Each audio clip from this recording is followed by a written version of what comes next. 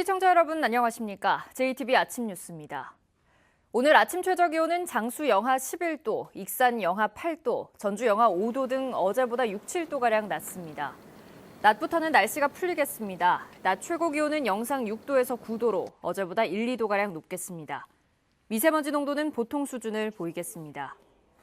내일 밤에는 일부 지역에 5mm 안팎의 비가 오겠습니다. 모레는 저녁에 비나 눈이 내리겠습니다. 모레 낮부터 기온이 떨어져 금요일까지 쌀쌀하다가 점차 평년 기온을 되찾겠습니다. 광주 전남에서 설립을 추진하고 있는 한전공대 입지가 나주로 확정됐습니다. 범정부 차원의 지원을 받아서 말 그대로 일사천리로 추진되고 있습니다. 반면 전북에서 추진한 연기금 전문대학원 설립은 사실상 무산됐고 남원 공공의료대학 설립도 여야 대립 속에 속도를 내지 못하고 있습니다. 송창용 기자입니다. 광주와 전남의 6개 지역이 치열한 유치전을 벌였던 한전 공대의 입지가 나주의 부영시시로 결정됐습니다. 광주 전남과 한전은 한전 공대를 2022년까지 설립할 계획입니다. 문재인 대통령의 대선 공약인 한전 공대가 이처럼 빠르게 추진되는 것은 범정부 차원의 지원이 있기 때문입니다. 한전공대 지원위원회는 국가균형발전위원회를 중심으로 기획재정부와 교육부 등 7개 부처가 참여하고 있습니다. 성격상은 이제 사립 형태로 보이지만 저희가 범정부 지원위원회에서 이제 저희가 안건을 상정해서 확정할 예정입니다. 하지만 전북에서 설립을 추진하는 교육기관의 사정은 다릅니다. 전문 금융 인력을 양성하고 금융산업 발전을 위한 연기금 전문 대학원은 문 대통령의 대선 공약이었지만 정부의 반대로 사실상 무산됐습니다. 지난해 4월 정부와 여당이 발표한 남원 국립공공의료대학 설립도 어려움을 겪고 있습니다. 원래 지난해 말 설립법의 국회 통과를 목표로 했지만 야당과 의사협회의 반발을 넘지 못했습니다. 전북 정치권은 다음 달에 다시 국회 통과를 시도할 계획이었지만 이마저도 여야 대립으로 국회 일정이 중단돼 불투명한 상황입니다. 여야를 막론하고 최대한 설득해서 이번 법안을 빠른 시일 내에 통과시킬 수 있도록 최선을 다하겠습니다. 같은 교육기관이지만 정부의 차별과 전북 정치권의 무기력이 겹치면서 전북의 대학 설립은 계속 터덕이고 있습니다. JTB 뉴스 송창용입니다. 광주광역시가 임실군에 허가한 오염토양 반입 정화 시설이 지난해 전남의 세 지역에서 퇴짜를 맞은 것으로 드러났습니다. 광주시에서 불허 처분을 받거나 주민들이 반대하자 스스로 신청을 철회한 경우인데요.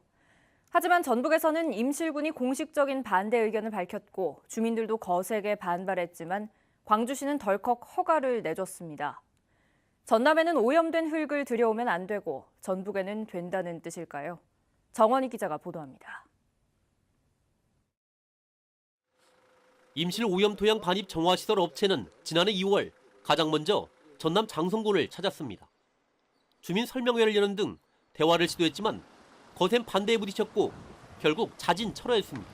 가깝거든요. 그 마을 읍면 소재지랑. 그래서 주변 주민들한테 설명회도 하고 일단 땅을 구입하기 전에 그렇게 했는데 이제 반대가 심하고. 그 뒤 3월 두 번째로 선택한 건 전남 나주시. 하지만 이곳에서는 조리에 막혔습니다. 광주광역시는 마을 인근 300m 이내에는 이 시설을 지을 수 없다는 나주시 조례를 근거로 불허 처분을 내렸습니다. 공항에다가 정화시설 설치 계획서를 제출했는데 거리 제한 이런 게 걸렸나 그래가지고 안 된다고 나가가지고 못한 걸로 알고 있어요. 같은 달 세 번째 지역인 전남 곡성에서는 시설 부지 경매에서 떨어진 데다 반대가 거세자 스스로 철회한 것으로 알려졌습니다. 그래서 우리 군에도 설치하려고 그렇게 협의가 들어가는 것 같아요. 우리 곡성군에서는 안 된다고 강력하게 반대를 해서. 전남에서만 2달 동안 줄줄이 자진 철회를 하거나 불허 처분을 받자 지난해 4월 업체는 결국 전북으로 눈을 돌렸습니다. 그러자 광주광역시는 6달에 걸친 임실군의 불가 의견과 주민들의 거센 반발에도 최종 허가를 내줬습니다. 강력한 반대 의식을 표하고 광주시는 이를 무시하고 등록 수리를 해준 행정처분에 대해서 우리 임시군은 의아심을 느끼지 않을 수가 없습니다. 하필이면 전남에서 여러 차례 실패를 맛본 업체가 전북에서는 한 번에 허가를 받으면서 논란이 더욱 커지고 있습니다. JTB 뉴스 정원익입니다. 익산시가 익산역에 교통과 상업시설 등을 갖춘 복합환승센터를 추진하겠다고 밝혔습니다. 9년 전 논란과 갈등 속에 실패로 끝났던 익산역 복합환승센터를 다시 꺼낸 겁니다. 김진형 기자입니다. 하루 2만 명이 이용하는 익산역입니다. 호남선과 전라선, 장항선, 새만금까지 물류의 중심지입니다. 익산시가 이곳에 복합환승센터를 추진합니다. 고속버스와 시외버스 터미널을 옮겨오고 상업시설과 컨벤션 센터 등 업무시설도 조성됩니다. 익산시는 유라시아 고속철도가 연결되면 익산역이 시장역으로 선정되기 위해 반드시 필요한 시설로 보고 있습니다. 유라시아 철도 거점의 중심지로 확고히 자리매김할 수 있도록 전북권 광역 전철망 구축 사업과 KTX 익산역 복합 환승센터 건립 등 관련 사업을 체계적으로 준비하겠습니다. 익산시가 지난 2010년 복합 환승센터를 추진했다 접은 지 9년 만에 다시 꺼내든 것입니다. 그러나 익산역 복합 환승센터가 추진되려면 해결해야 할 과제가 적지 않습니다. 막대한 이전 비용에 시외버스와 고속버스 터미널 사업자의 동의가 쉽지 않은 상황입니다. 익산역 주변 상인들은 대형 상업시설이 들어서면 기존 상권에 나쁜 영향을 주지 않을까 걱정입니다. 그때 당시에는 반반 정도 했는데 똑같지 않을까요? 아무래도 상권이 이제 장애인들한테 그 상권이 무너질 거가 두려워서 반대를 좀 하겠죠. 9년 만에 다시 추진되는 복합 환승센터 사업. 예전처럼 갈등만 남길지 아니면 미래를 위해 새로운 도약이 될지 관심이 모아지고 있습니다. JTB 뉴스 김진영입니다. 정세균 전 국회의장의 대권 도전설이 흘러나오고 있습니다. 정 전 의장은 자신의 거취에 대해서는 굳게 입을 닫았지만 국회의장 출신의 총선 불출마 관행에는 얽매이지 않겠다는 뜻을 분명히 했습니다. 이승환 기자입니다. 정세균 전 국회의장의 대권 도전설은 사조직인 국민시대의 움직임과 맞물려 있습니다. 국민시대가 최근 국회는 물론 전주와 익산에서도 본격적인 활동에 나섰기 때문입니다. 정 전 의장은 하지만 대권 도전에 대해서는 아직은 문재인 정부의 성공을 위해 힘을 모아줘야 할 때라며 시기상조라는 입장입니다. 임종석 전 실장에게 종로 지역구를 물려주고 대권 도전에 도움을 받기로 했다는 연대설도 근거 없는 얘기라고 일축했습니다. 다만 대권 도전의 징검다리로 여겨지는 총선 출마와 관련해서는 국회의장 출신들의 불출마 관행에 무게를 두지는 않는다고 밝혀 출마 가능성을 시사했습니다. 지역구 사정이나 또 당의 형편이나 이런 것들을 종합적으로 감안해서 할 일이고. 문재인 정부의 지역 공약 평가에 대해서는 노력은 하고 있다고 본다며 전북 정치권과 행정이 최선을 다해야 한다고 말했습니다. 전북의 정치력이 미약하다는 지적에는 지역구는 물론 전북 출신 인사들의 활용 방안을 더 고민해야 한다고 조언했습니다. 또 전북 인사가 어디에 등용됐느냐보다는 전라북도를 위해 어떤 업적을 남기는지 잘 살피고 또 체근해야 한다고 밝혔습니다. 그 자리에 있는 동안에 법이 허용하는 한 우리 도를 위해서 무슨 일을 하고 어떤 역량을 보여주느냐가 민주당이 정권을 잡았지만 정작 전북의 지역구 의원은 2명뿐이고 민주평화당은 교섭단체도 꾸리지 못한 상황. 정세균 전 의장의 향후 행보에 그래서 더욱 관심이 쏠리고 있습니다. JTB 뉴스 이승환입니다. 전북교육청이 혁신학교의 질적 변화를 추진하기로 했습니다. 혁신학교 일반화에는 성공했다고 판단하고 올해부터는 교육과정 혁신에 집중하기로 했습니다. 조창현 기자입니다. 전북교육에 혁신학교 개념이 도입된 건 지난 2011년입니다. 입시나 성적 위주의 교육이 아닌 학생 성장을 우선순위에 두고 교육하자는 취지로 만들어졌습니다. 처음 19개로 시작한 혁신학교는 현재 169개 학교로 크게 늘었습니다. 도내 전체 학교의 20% 이상이 혁신학교로 지정 운영되고 있습니다. 혁신학교는 학생들의 학습 동기와 행복감, 민주적 학교 문화 등에서 일반 학교에 비해 높은 만족도를 나타내는 등 성과를 거두고 있습니다. 8년간 혁신학교를 운영해온 전북교육청이 이제 양적 성장을 멈추고 질적 성장을 통한 정책 변화를 추진합니다. 초기 혁신학교가 집중한 학교 문화 바꾸기는 일반화에 성공했다고 판단하고 이제는 실질적인 교육과정의 변화를 이끌어내겠다는 것입니다.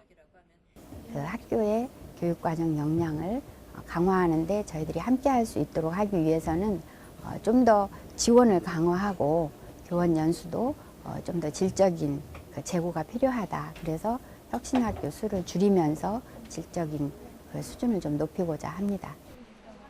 또 참학력 지원단 중심으로 차세대 혁신 리더를 집중 양성하고 혁신 정책에 대한 종단 연구를 통해 관련 데이터도 축적해 나가기로 했습니다. 하지만 혁신학교와 일반고 간 인력, 예산 차등 지원에 따른 역차별 논란과 학력 신장에 대한 학부모 불안감 등은 앞으로 혁신학교 정책 추진 과정에서 해결해야 할 과제로 남아 있습니다. JTB 뉴스 조창현입니다. 겨울철 승강장에서 버스를 기다리는 주민들을 위해 부안군이 발열 벤치와 바람막이 시설을 늘립니다. 상습 침수구역인 고창의 만화지구에 대한 정비 사업이 오는 9월부터 시행됩니다. 주희인 기자입니다. 겨울철 버스를 타는 주민들을 위해 승강장에 발열 벤치와 바람막이 시설이 늘어납니다. 부안군은 올해 1억 9천만 원을 들여 발열 벤치 30개의 설치를 마쳤고 이달 말까지 바람막이 시설 33개를 추가로 설치할 계획입니다. 매년 2억 원의 예산을 편성하여 미설치 구간도 발열벤치와 바람막이 시설을 확대 설치할 방침입니다.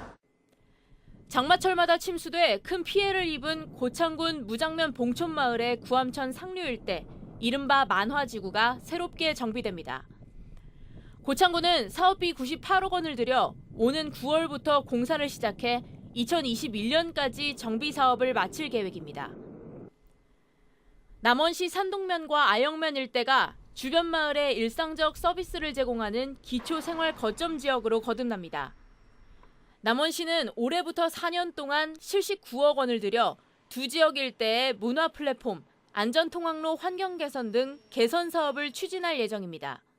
사업을 원활히 추진하여 면 중심지 거점 기능을 보완하고 지역 주민이 행복하고 즐겁게 생활할 수 있는 지역 공동체 거점을 만들어 가겠습니다. 지난해 로컬푸드가 전주시 호성동에 직매장을 열고 본격적인 전주시민 입맛 공략에 나섰습니다. 지난 25일 문을 연 진안 로컬푸드 매장은 한 달 동안 시범적으로 운영되며 채소류, 가공품, 홍삼 등 판매 코너와 함께 진안고원의 농산물로 만든 음식을 맛볼 수 있는 로컬 식당도 운영됩니다. JTB 뉴스 주혜인입니다. 전주 완산경찰서는 오늘 새벽 0시 20분쯤 모악산을 내려오다 길을 잃은 18살 김모군과 19살 정모군을 구조했다고 밝혔습니다. 경찰과 소방당국은 50여 명의 인력을 동원해 신고가 접수된 지 3시간 만에 이들을 모두 구조했습니다. 문재인 대통령 취임 이후 청와대 명절 선물에 전북 특산물만 3년째 포함되지 않자 민주평화당이 강한 유감을 표시했습니다.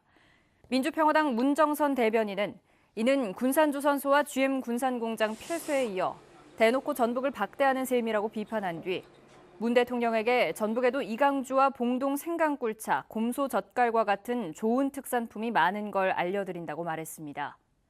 문 대변인은 또 정부의 박대로 지역 경제가 파탄난 군산은 특히 생선인 박대가 지역 특산물이라며 지역 특산물의 이름에 빗대어 청와대에 강한 유감을 드러냈습니다.